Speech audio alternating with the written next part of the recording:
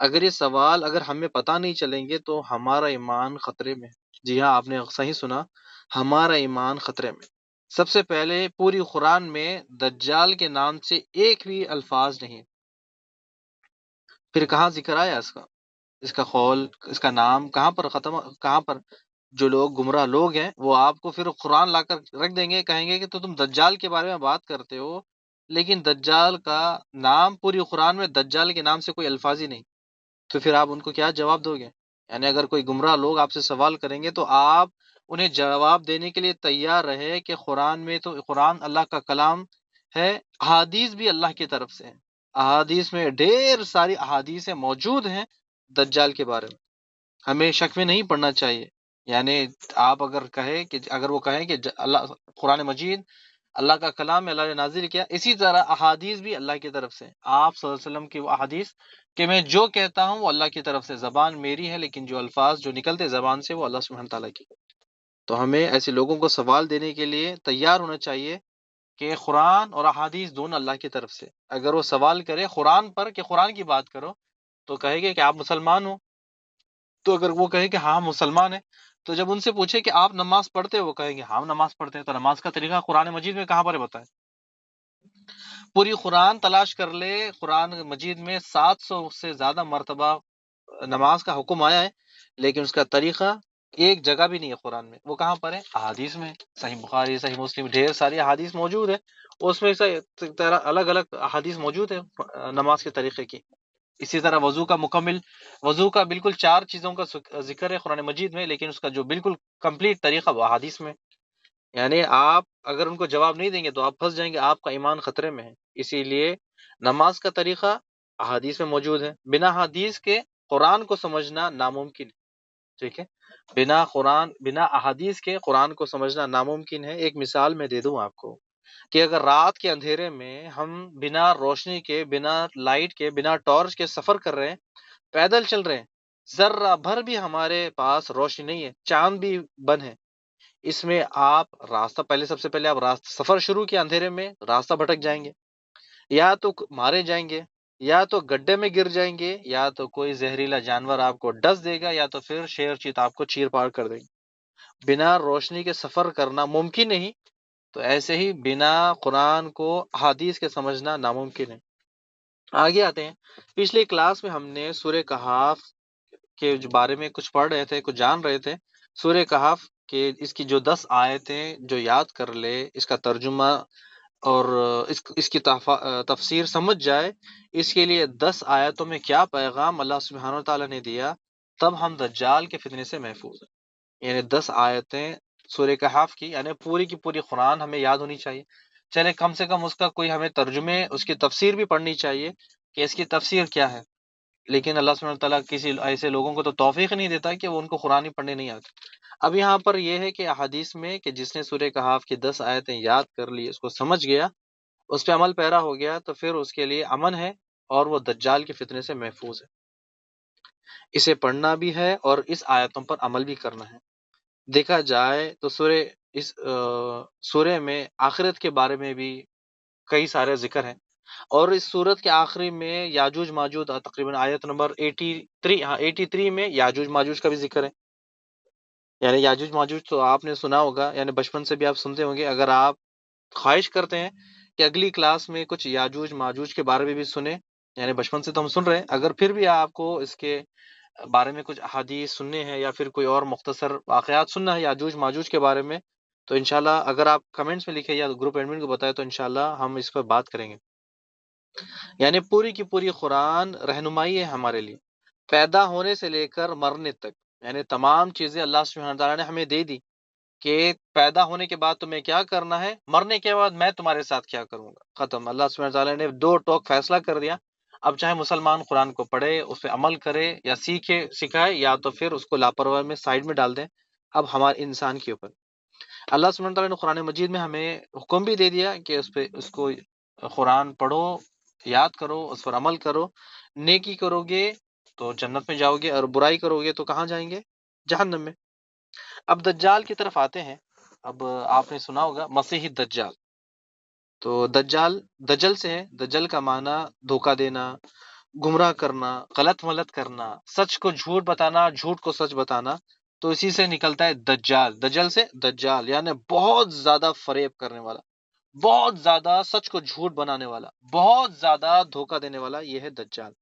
اب وہ مسیحی دجال عیسیٰ علیہ السلام کے بارے میں بھی آتا ہے، اور مسیحی دجال اس کے بارے میں بھی آتا ہے۔ تو آپ یہ یاد رکھیں، مسیح کا معنی ایک مطلب ہوتا ہے کانا۔ علماء لکھتے ہیں کہ مسیح کا ایک مطلب ہوتا ہے کانا، اور دوسرا مطلب ہوتا ہے بہت سفر کرنا۔ تو عیسیٰ علیہ السلام بہت سفر کرتے ہیں، دنیا میں ان کا کوئی گھر ہی نہیں تھا۔ جب وہ دنیا سے چلے گئے تو ان کا کوئی گھر ہی نہیں تھا، اللہ کی دعوت کے لیے، دین کی دعوت کے لیے، اللہ کی خاطر وہ بس گھومتے رہے، دعوت دیتے رہے، تو ان کا گھر نہیں ہے۔ تو اسی طرح مسیح دجال، آپ صلی اللہ علیہ وسلم نے کہا کہ مسیح دجال بھی دنیا میں سیر کرے گا، دنیا میں گھومتے پھرتے رہے گا۔ اب وہ پچھلی بار ہم نے آپ کو بتایا تھا کہ دجال 40 دن میں پوری دنیا کا سفر مکمل کرے گا سوائے مکہ مدینہ کے۔ یعنی آپ کو بتایا تھا کہ مکہ مدینہ کے اس وقت میں 7 دروازے ہوں گے، اور ہر دروازے پر فرشتے تلوار لے کر تیار ہوں گے۔ اگر دجال کوشش کرے گا انٹر ہونے کی، داخل ہونے کی، تو دجال اسے قتل کر دیں گے، لیکن وہ اپنی موت کو کیوں دعوت دے گا؟ اب یہاں پر دیکھیے کہ یہاں پر تو سارا سب کچھ آپ کو پتا ہو گیا کہ دجال کے بارے میں 40 دن میں وہ پوری دنیا سفر کرے گا، لیکن کیسا کرے گا؟ تو اب یہاں پر دیکھیے، سب سے پہلے کہ اللہ کی طرف سے یہ سب سے بڑی آزمائش ہے، یہ سب سے بڑی آزمائش ہے کہ دجال جب نکلے گا، سفر کرے گا، تو کسی جانور پر بیٹھے گا۔ وہ ایک جگہ آتا ہے کہ جانور گدھے سے تھوڑا اونچا ہوگا، اور گھوڑے سے تھوڑا نیچے، اور بہت تیز دوڑے گا۔ اب دجال 40 دن میں پوری دنیا کا سفر کرے گا۔ اس کا پہلا دن 1 سال کے برابر ہوگا، ٹھیک ہے؟ اس کا پہلا دن 1 سال کے برابر ہوگا، اور دوسرا دن 1 مہینے کے مقابلے ہوگا، اور تیسرا دن 1 ہفتے کے مقابلے ہوگا۔ یعنی جو باقی دن ہیں، یعنی 3 دن اس کے، یعنی پہلا دن 1 سال کے مقابلے، 1 سال کے برابر، دوسرا مہینے کا، اور تیسرا 1 ہفتے کا، اور باقی جو 37 دن ہے، رسول اللہ صلی اللہ علیہ وسلم کہتے ہیں کہ جیسے تمہارے دن ہوں گے اسی کے ویسے دن ہوں گے۔ اس میں علماء اکرام لکھتے ہیں کہ دجال دنیا میں 1 سال 2 مہینے 15 دن رہے گا۔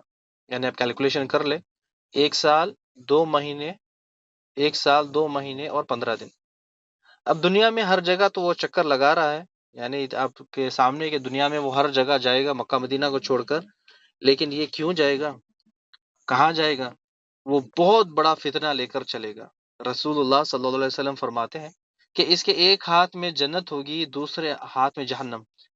یعنی آپ نے پچھلی بار ہم نے بتایا تھا کہ جب آپ وہ جو آگ اس کے پاس ہے، تم اس کی آگ میں آنکھ بند کر کر کود جانا، وہ تمہارے لیے جنت ہے۔ اور جو بارش ہے، جو پانی ہے اس کے ایک ہاتھ میں، اس کے پاس کبھی نہ جانا، وہ تمہیں جہنم میں لے جائے گی۔ تو اب یہاں پر آپ کے سامنے رسول اللہ صلی اللہ علیہ وسلم جانے سے پہلے ہر چیز کھول کھول کر رکھ دی۔ جو اگر بات سنے گا تو وہ جنت میں جائے گا، ورنہ پھر جب وہ مرنے کے بعد اس کو پھر کیا ہوگا، اللہ ہی جانتا ہے اس کے ساتھ۔ جب دجال ایک بستی کی طرف سے گزرے گا، لوگ وہاں پر بھوکے پیاسے تڑپ رہے ہوں گے، کافی سالوں سے بارش نہیں برسی، کافی سالوں سے وہاں پر کھیت ہی نہیں ہے۔ کہے گا کہ اگر تم مجھ پر ایمان لاؤ گے تو میں تمہارے کھیتوں کو ہرا بھرا کر دوں گا، تمہارے کھیتوں میں سبزیاں اگاڑ دوں گا، خزانے نکال دوں گا۔ تو بستی والے کہیں گے کہ ہاں ٹھیک ہو، کر دو۔ دجال کہے گا اگر میں تمہاری زمین کو ہرا بھرا کر دوں تو کیا تم مجھ پر ایمان لاؤ گے؟ وہ کہیں گے کہ ہاں ہم تم پر ایمان لائیں گے۔ تو دجال پھر زمین کو ہرا بھرا کر دے گا، زمین سے اتنے خزانے نکال کے ان کے سامنے رکھ دے گا کہ وہ کنوینس ہو جائیں گے کہ ہاں تمہیں رب ایمان لے کر آ جائیں گے۔ اب اس سے بڑا کیا فتنہ کیا ہوگا؟ لیکن اس سے ایک اور بڑا فتنہ،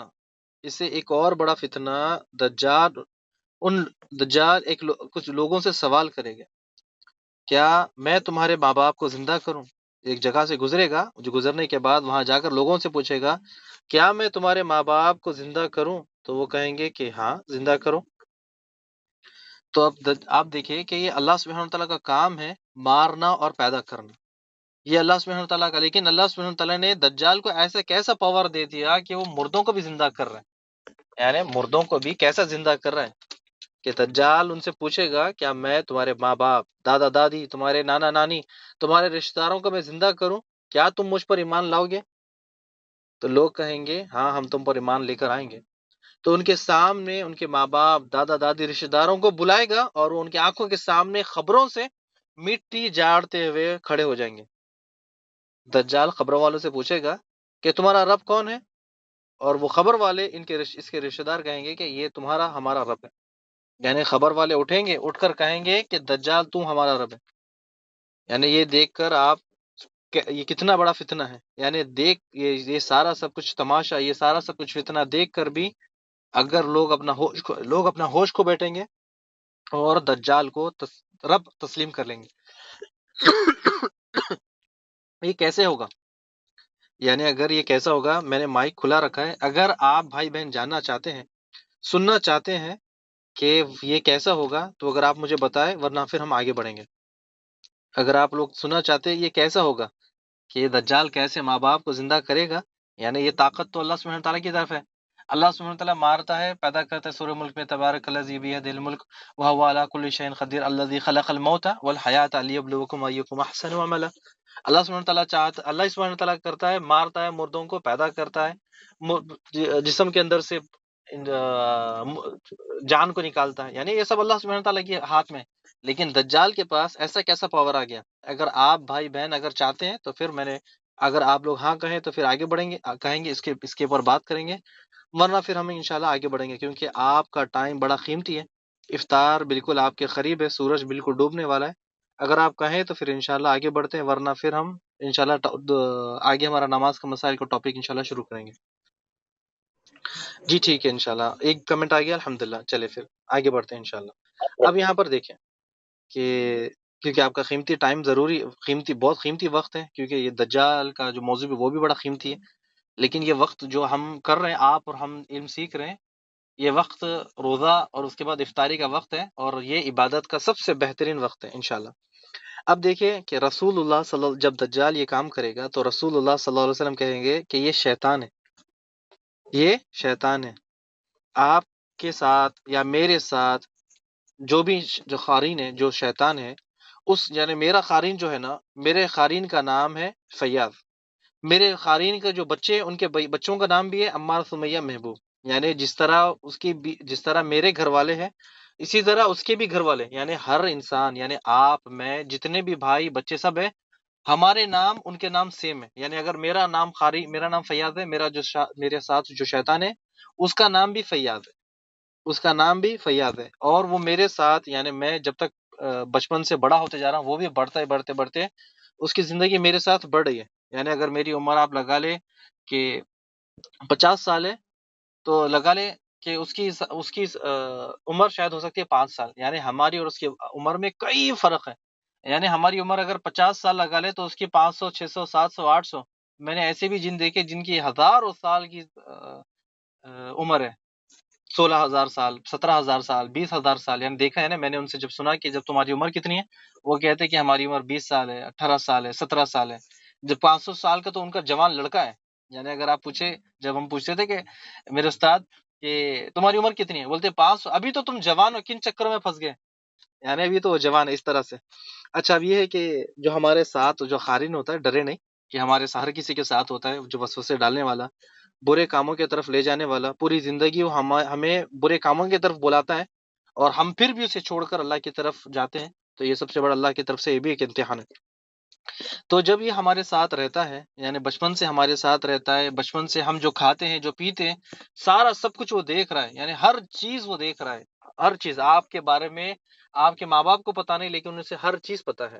آپ کے دوستوں کو پتا نہیں، لیکن جو ہمارا قارین ہے اسے ہر چیز پتا ہے ہمارے بارے میں۔ ہمیں کیا پسند ہے، کیا پسند نہیں ہے، کون سا کلر پسند ہے، کون سے کپڑے پسند ہے، کہاں گھومنے جانا ہے، کب ہمیں غیبت کرنا پسند ہے، ہمیں جھوٹ بولنا پسند ہے، یہ سب کچھ اس کے پاس، بایو ڈاٹا سب چیز اس کے پاس موجود ہے۔ اب یہاں پر جب ہم پیدا ہوتے ہیں، اس کے بعد جب مر جاتے ہیں، مرنے کے ساتھ ساتھ وہ ہمارا قارین بھی ہمارے ساتھ چلتا ہے، قبرستان جاتا ہے۔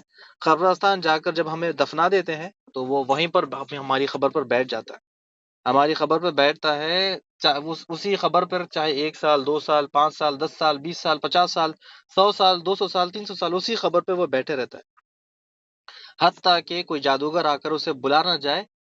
تو اگر جادوگر آتے ہیں قبرستان، آپ کو بتایا کہ جادوگر قبرستان جاتے ہیں، گوشت ڈالتے ہیں، ان کو بلاتے ہیں، اگر میں جادوگر ہوں اور بہت بڑا خطرناک جادوگر ہوں، تو میرا قارن بھی بہت خطرناک جادوگر ہوگا۔ تو شیطان کے دوست ہوتے ہیں، تو جو جادوگر ہوتے ہیں، جادوگر قبرستان میں ڈالتے ہیں۔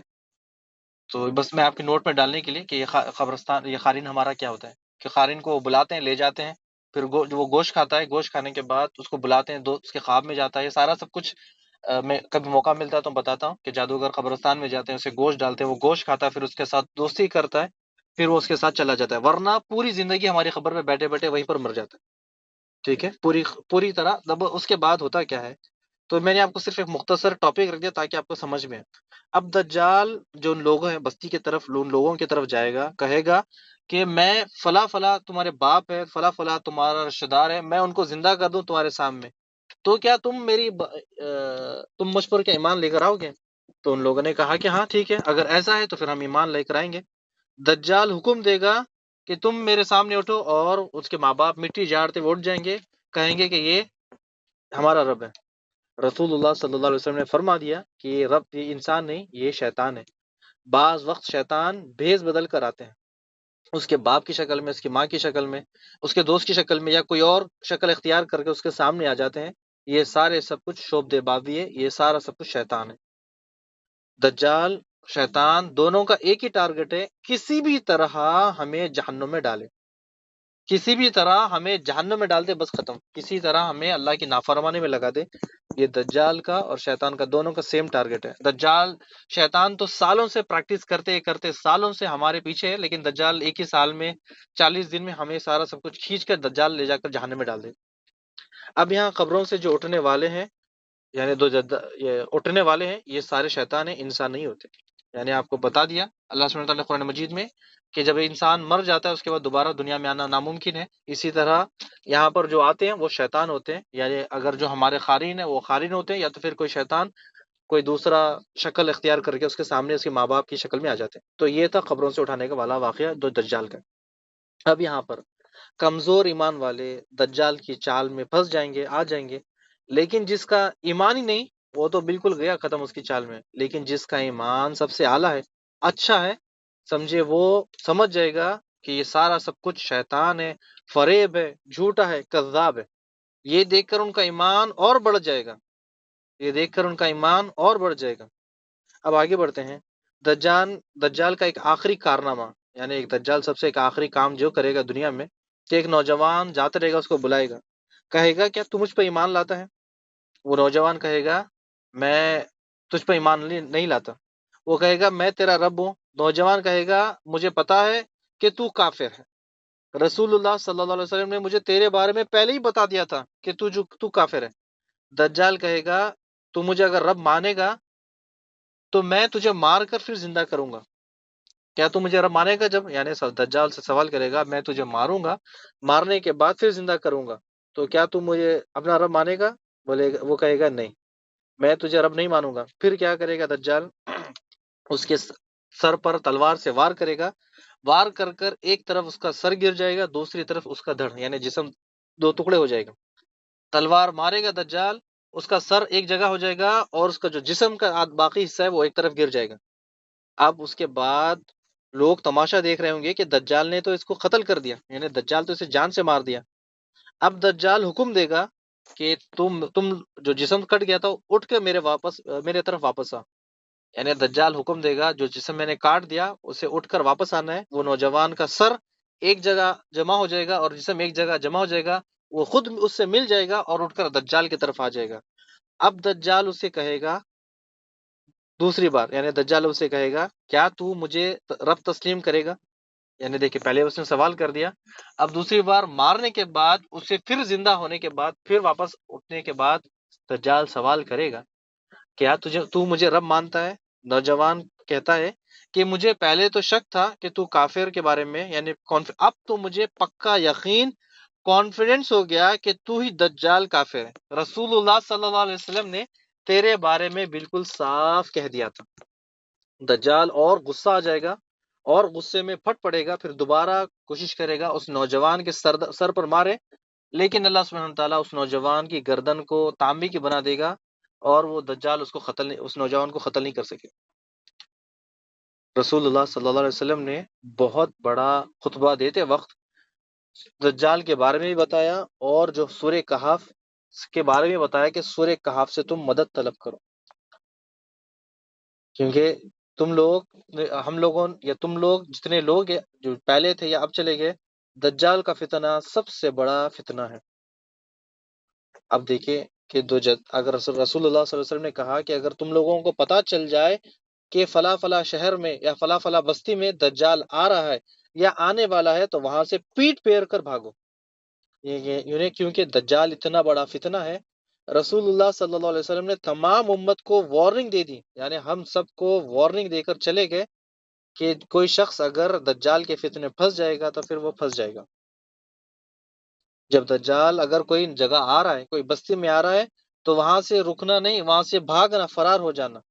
رسول اللہ صلی اللہ علیہ وسلم قسم کھا کر کہتے ہیں کہ اگر کوئی شخص اپنے آپ کو مسلمان کہتا ہے، مسلمان سمجھ کر دجال سے ملاقات کرنے کے لیے جائے گا، جب دجال سے ملاقات کرے گا، دجال اسے ایسے کرامات، ایسے کرشمے بتائے گا، جب وہ واپس اٹھے گا تو وہ کافر بنے گا۔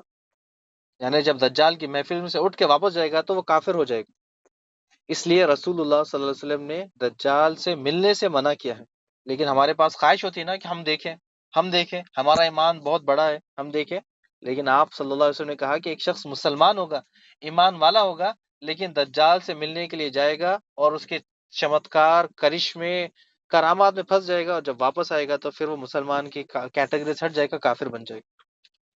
اسی لیے دجال سے بچنے کا حکم دیا رسول اللہ صلی اللہ علیہ وسلم نے۔ کچھ ہی 5 منٹ میں انشاءاللہ آج کی جو کلاس ہے اس کو ختم کریں گے انشاءاللہ۔ رسول اللہ صلی اللہ علیہ وسلم نے کہا کہ دجال سب سے پہلے اپنے آپ کو نبی کہے گا، پھر اس کے بعد رب کہے گا، اور رسول اللہ نے کہہ دیا کہ دجال کانا ہے، لیکن تمہارا رب کانا نہیں ہے، تمہارا رب کانا نہیں ہے، دجال کانا ہے۔ اور رسول اللہ صلی اللہ علیہ وسلم نے کہہ دیا کوئی انسان اس دنیا میں اپنے خالق کو نہیں دیکھ سکتا، یعنی دنیا میں ہم پیدا ہے، اپنے رب کو، اپنے اللہ سبحانہ وتعالیٰ کو کوئی نہیں دیکھ سکتا دنیا میں، مرنے کے بعد ہی اللہ کو دیکھ سکتے ہیں۔ رسول اللہ صلی اللہ علیہ وسلم نے کہہ دیا تمام مسلمانوں سے کہ کہ وہ حدیث بھی ہے کہ رسول اللہ صلی اللہ علیہ وسلم نے کہہ دیا کہ تمام مسلمان دجال کی پیشانی پر کاف فا را لکھا رہے گا، سب پڑھ لیں گے، یعنی کوئی ان پڑھ مسلمان بھی یہ پڑھ لے گا وہ کافر ہے، شرط یہ ہے کہ وہ ایمان والا ہو۔ اگر ایمان نہیں ہے تو وہ نہیں پڑھ پائے گا، لیکن شرط یہ ہے کہ اگر اس کے دل میں ایمان ہے تو وہ پڑھ لے گا، اس کے اوپر جسم پیشانی پر لکھا ہوگا کا فا را، کافر۔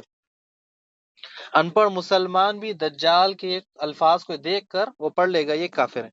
رسول اللہ صلی اللہ علیہ وسلم نے دجال کے تمام نشانیاں ہمیں بتا دی کہ دجال ایسا کرے گا، ویسا کرے گا، ایسا ہوگا، یہ ہوگا، لیکن پھر بھی کوئی اگر دجال کی چال میں پھنس جاتا ہے، پھر بھی اگر وہ کہے گے کہ میں غلطی سے پھنس گیا، مجھے یاد نہیں تھا، تو پھر اس کے لیے ہمیشہ ہمیشہ کے لیے جہنم ہے۔ اگر دجال کے فتنے سے بچنا ہے، آپ صلی اللہ علیہ وسلم نے کہہ دیا 2 چیزیں۔ سب سے پہلے سورہ کہف کی 10 آیتیں یاد کر لے، اس کا ترجمہ، اس کی تفسیر، اس پر سمجھے، اس کو عمل کرے، اور اس کے بعد دوسری چیز تشہد، آخری تشہد میں جو دعائیں ہیں اس دعاؤں کو لازم پڑھے، اسے یاد رکھے۔ وہ دعا آپ سب کو پتا ہوگی، اللہم انی اعوذ بک من عذاب جہنم، من عذاب القبر، من فتنۃ المحیا والممات، ومن شر فتنۃ المسیح الدجال۔ اے اللہ میں مسیح دجال کے فتنے سے تیری پناہ میں آتا ہوں۔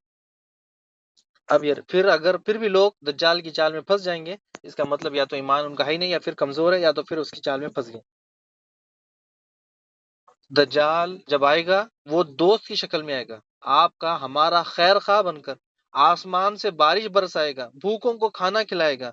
لیکن آپ یہ دیکھیں کہ اتنی بڑا، یعنی اللہ سبحانہ تعالیٰ نے کسی شیطان کو اتنا بڑا زور، اتنی بڑی طاقت نہیں دی، اس دجال کو کیوں دی؟ یہ آپ کے دل میں، سب کے دلوں میں، یا آخری 2-3 منٹ لیتا ہوں میں آپ سے کہ اللہ سبحانہ تعالیٰ نے کیوں اتنی بڑی طاقت دجال کو کیوں دی؟